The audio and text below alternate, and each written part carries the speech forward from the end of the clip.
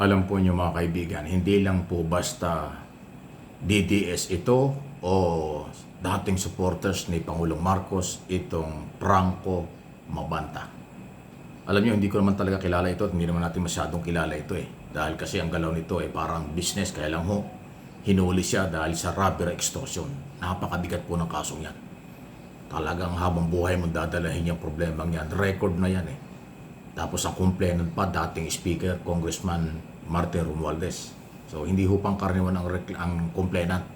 At saka ang pinag-uusapan dito ay 350 o 300 million pesos. Napakalaking robbery extortion case ito. Nahawak ngayon ng NBI.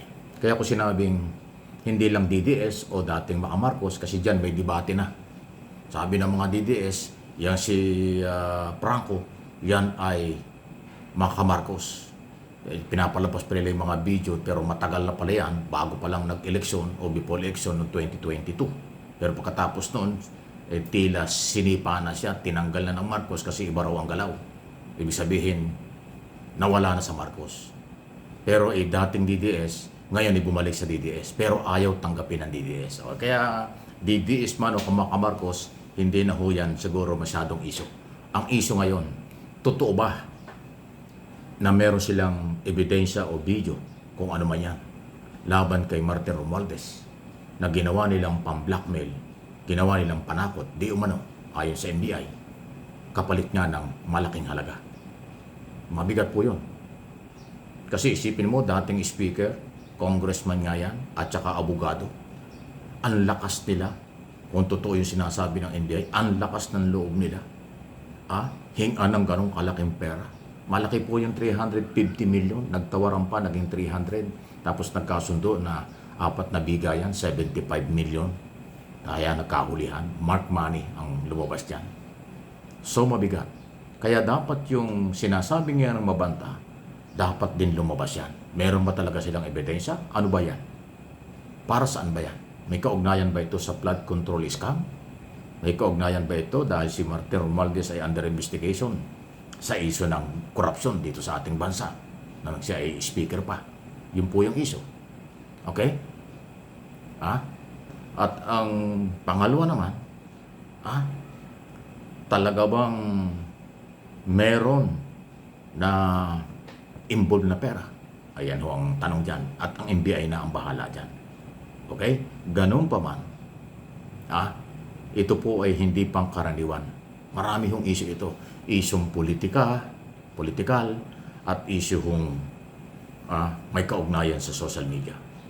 Kasi kung totoo ang lahat ng ito, ay hindi ho sila karapat-dapat magpatuloy dito sa social media dahil nakakasira sila dito sa malakas na global technology, social media, na naging number 1 na ho, na ngayon tinatangkilik ng mga tao sa buong mundo, hindi lang mga Pilipino, na number 1 communication dito at sa labas ng bansa, ang social media. Di ba? Ano man ho ang forma o plataforma, agenda ng social media, yan po ay isang mabilis ng communication ngayon. Tinalo na nito ang television at radyo at mga pahayagan, magazine, wala na yan. Malakas na ho itong social media. At kung itong social media ay ginagamit sa ganitong extortion activities, hindi ho yan karapat-dapat. Nakakasira yan sa mga taong gumagamit ng social media sa matino na pamamaraan at tamang impormasyon, for information ang ginagawa. At education. Marami hong dyan, merong tourism, political, business, sports, pangkaisyong kalusugan, lahat yan social media ang ginagamit. Okay na okay yun. Marami hong pamamaraan para gamitin ang social media sa tamang pamamaraan. Pero kung ginamit ito sa extortion activities, yan po yung nakakasira. Dapat hindi pinapayagan. Kaya marami hong dapat na maliwanagan dito sa isyong ito. Hindi pangkaraniwan ito. Iba pa yung labanan ng Maca Marcos daw, Maca Duterte, itong grupong ito, ibang issue pa yan.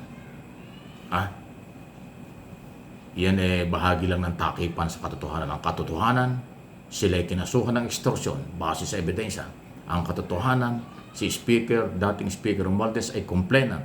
Humingi ng tulong sa NBI kaya nagkaroon ng entrapment operation at mark money.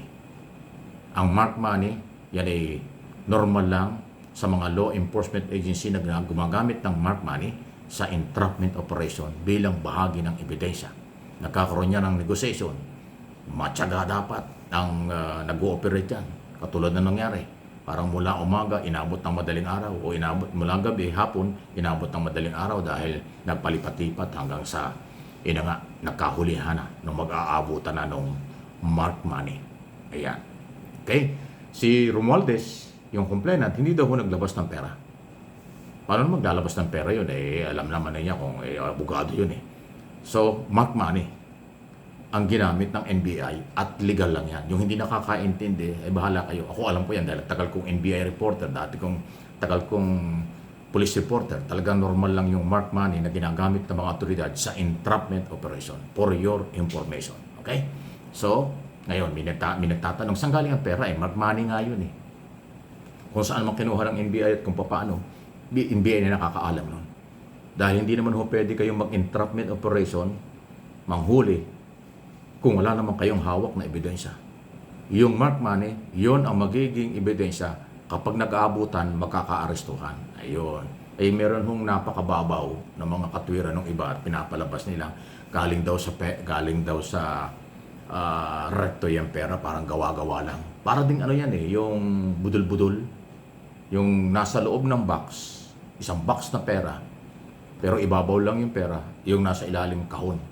Pero dahil pwedeng gamitin sa entrapment yan, hindi ko masinabi na ginawa nila, pero yan ay pwedeng gawin.